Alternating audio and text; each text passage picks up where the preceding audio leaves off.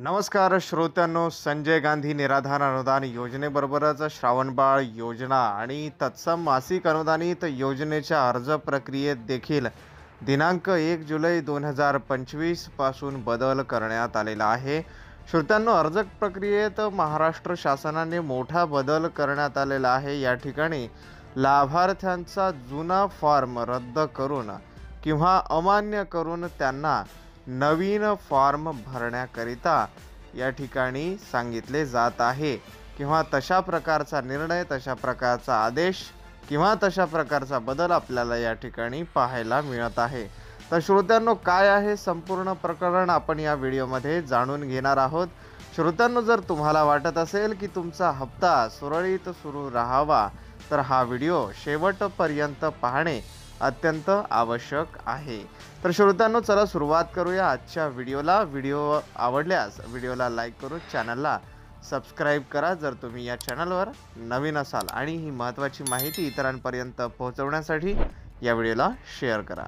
तर मित्रांनो, संजय गांधी निराधार अनुदान योजना श्रावणबाळ सेवा राज्य निवृत्तीवेतन योजनेबरोबरच ज्या संपूर्ण मासिक अनुदानित योजना आहेत त्यांचा अर्ज किंवा अर्ज प्रक्रियेमध्ये शासनाने केलेला मोठा बदल म्हणजे जे अर्ज किंवा जे फॉर्म कालबाह्य झालेले आहेत ते फॉर्म आता या नंतर म्हणजेच जुलै महिन्यात त्या फॉर्मची मर्यादा संपवली जाणार आहे किंवा ते कालबाह्य फॉर्म पूर्णपणे रद्द केले जाणार आहेत। तर श्रोत्यांनो, विशेषतः ज्या श्रोत्यांनी 2 वर्ष, 3 वर्ष किंवा 1 वर्ष या कालावधी आधी संजय गांधी निराधार अनुदान योजनेसाठी, त्याचबरोबर ज्या लाभार्थ्यांनी श्रावणबाळ सेवा राज्य निवृत्तीवेतन योजना किंवा कोणत्याही विधवा महिला पेन्शन योजना किंवा कोणत्याही योजनेसाठी 1 वर्षाहून अधिक कालावधी अगोदर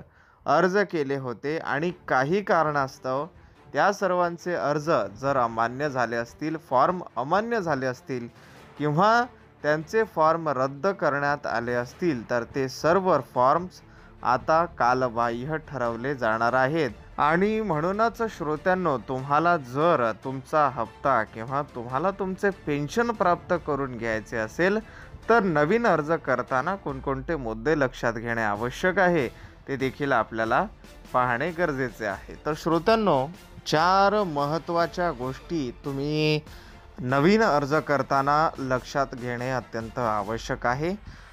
श्रोत्यांनो, त्यातील पहिली महत्त्वाची गोष्ट म्हणजे आधार व्हेरिफिकेशन आणि मोबाईल व्हेरिफिकेशन हे तुमच्या तहसील कार्यालयामार्फत होणार आहे। जे नवीन अर्जदार आहे त्यांच्यासाठी हे अत्यंत महत्त्वाचं आहे। तुम्हाला माहीतच असेल, महाराष्ट्र शासनाने महा-डी-बी-टी किंवा डी-बी-टी ही जी सेवा आहे ही महाराष्ट्रात संपूर्णपणे संचालित केलेली आहे। दुसरी गोष्ट म्हणजे उत्पन्नाच्या प्रमाणपत्राचा QR कोड।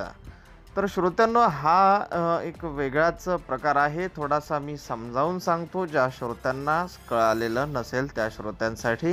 तर श्रोत्यांनो, आता तुम्ही जो कोणताही कागद शासनामार्फत काढत असता, डाउनलोड करत असता, तर त्यावर एक क्विक रिस्पॉन्स कोड असतो। काळ्या आणि पांढऱ्या जो आहे कॉम्बिनेशनमध्ये तो कोड तयार झालेला असतो आणि तो कोड जो आहे तो व्हेरिफिकेशनसाठी अत्यंत आवश्यक असतो।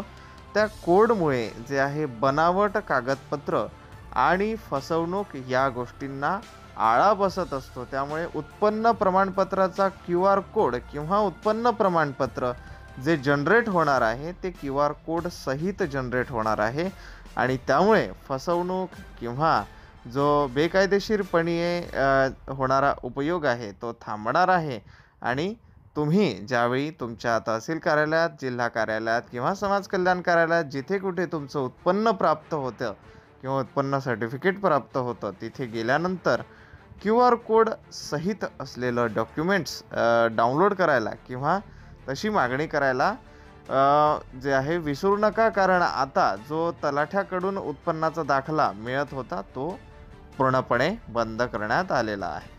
तिसरा आणि महत्त्वाचा मुद्दा म्हणजे श्रोत्यांनो, तुमचे बँक अकाउंट, बँक खाते DBT संलग्न असण्याबरोबरच तुमचे बँक खाते UPI सेवेशी संलग्न असणे देखील आवश्यक आहे.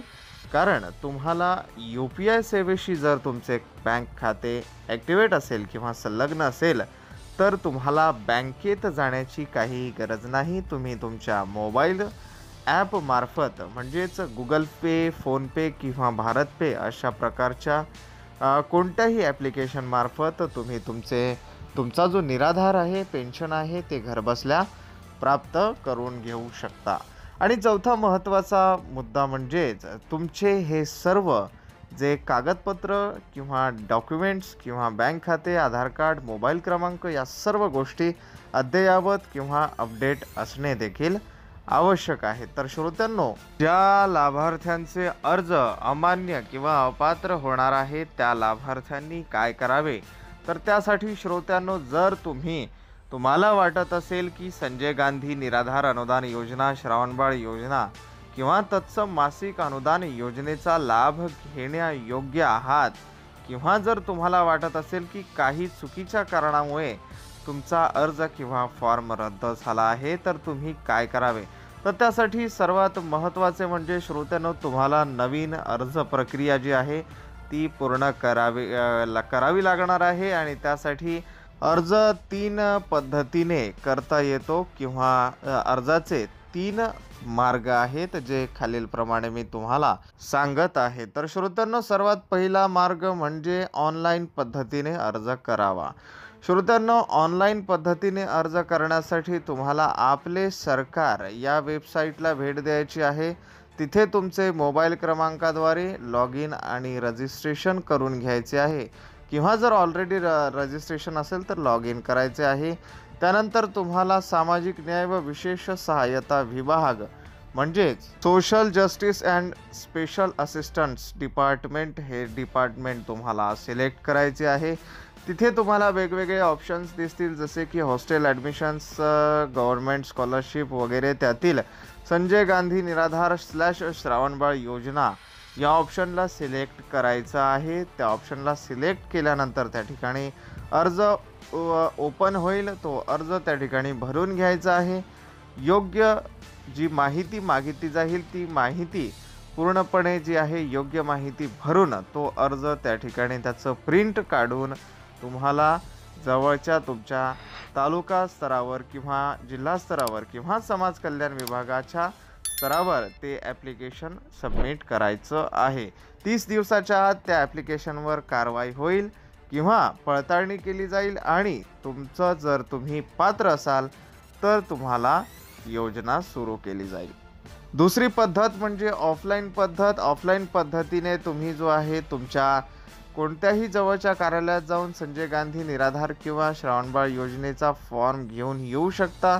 तो फॉर्म भरून लागत असलेली सर्व कागदपत्रे जोडून त्या ठिकाणी तुम्हाला तो फॉर्म पुन्हा त्याच कार्यालयात सबमिट करायचा आहे.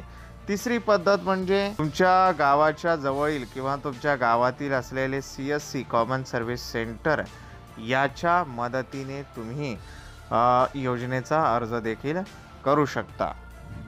श्रोत्यांनो, काही दिवसांपूर्वी एका श्रोत्यांनी आपल्याला प्रश्न केला होता, सर मी 2 वर्ष झाले फॉर्म भरून आहे, मला अजूनही कोणतीही मंजुरी किंवा पैसे प्राप्त झाले नाही, काय करावे.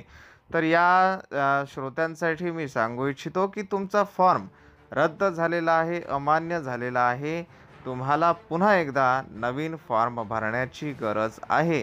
त्यामुळे तुम्हाला जो आहे अर्ज करायचा आहे, नवीन फॉर्म भरून घ्यायचा आहे आणि समाज कल्याण विभागात सादर करायचा आहे. तर श्रोत्यांनो, हा होता आजचा आपला व्हिडिओ कसा वाटला याविषयीची प्रतिक्रिया द्यायला विसरू नका. त्याचबरोबर तुमच्या मनातील काही प्रश्न, काही शंका असतील तर कमेंट बॉक्सद्वारे आम्हाला ते विचारायला विसरू नका. तसेच जर तुम्ही आपल्या चॅनलवर नवीन असाल तर या चॅनलला सबस्क्राईब करायला देखील विसरू नका. तर चला श्रोत्यांनो, आपण भेटूया आता पुढील व्हिडिओमध्ये एका नवीन विषयाच्या माहितीसह. तेव्हापर्यंत आम्हाला रजा द्या. धन्यवाद. नमस्कार.